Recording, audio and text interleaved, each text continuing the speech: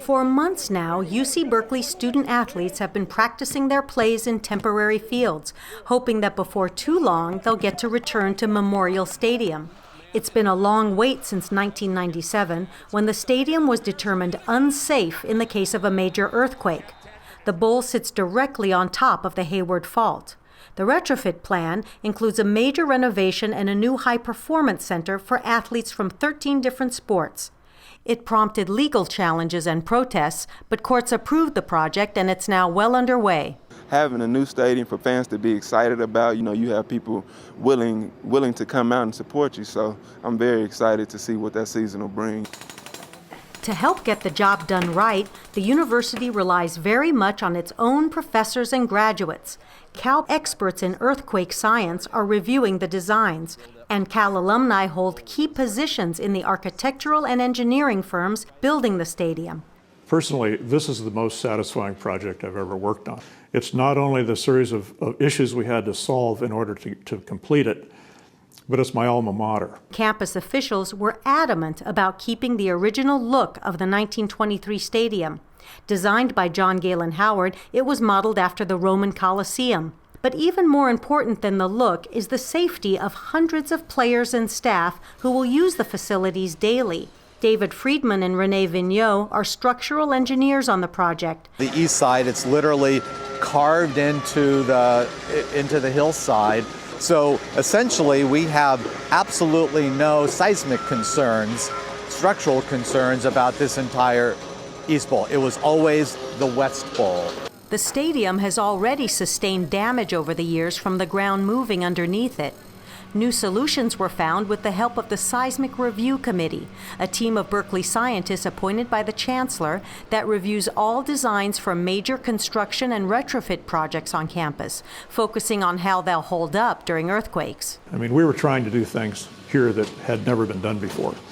The Seismic Review Committee really de facto was a member of the design team, and we have some of the greatest earthquake engineers, earthquake scientists in the world sitting on our Seismic Review Committee. We take this very seriously. One of our duties as a professor is to do service. We teach, we do research, but we do service to the community, we do service to the campus, we do service to the state and to the nation. And so it's an honor to take your expertise in earthquake engineering and to use that to make sure that the campus and the state are getting the best designs for their money. We had very specific impacts in helping come up with the ideas about putting seismic joints in the building and where to put those joints. If the ground is going to move beneath your feet, the best thing to do is not to be anchored on both sides of it, but to actually have some flexibility and allow it to move underneath you without the rupture tearing your structure apart. To create that flexibility, the engineers designed the north and south ends of the stadium as independent blocks, not anchored to the ground. We're actually standing on top of one of these seismic rupture blocks. So this entire building is sitting on a 4-foot mat of concrete. Underneath that are layers of sand and high-density plastic. Those allow this entire piece of the building to shift without getting hung up on the ground. In between the blocks and the other parts of the stadium are panels of lightweight styrofoam. This is just a placeholder. All this does is keep the joint open so that when the earthquake comes, this will just compress and the entire building can move as it wants to. A striking new feature of the stadium is its press box. It's be a 2-level press box with a press function and then a luxury suite above that. This press box will be supported on top of the core walls that you see here. And we've connected those with large shock absorbers to the rest of the structure. So this entire thing can rock back and forth inside of the stadium. Memorial Stadium originally cost $1.5 million to build.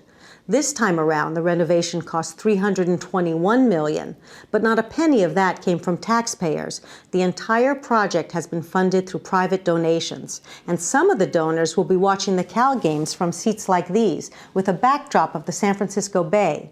Next door is the Student Athlete High Performance Center with state-of-the-art locker rooms, training and rehab areas, staff offices, and meeting rooms. It's 145,000 square feet, a huge change from the previous cramped quarters. We put it in the ground, so the top of the 2-story building is really an 1.5-acre ground plaza.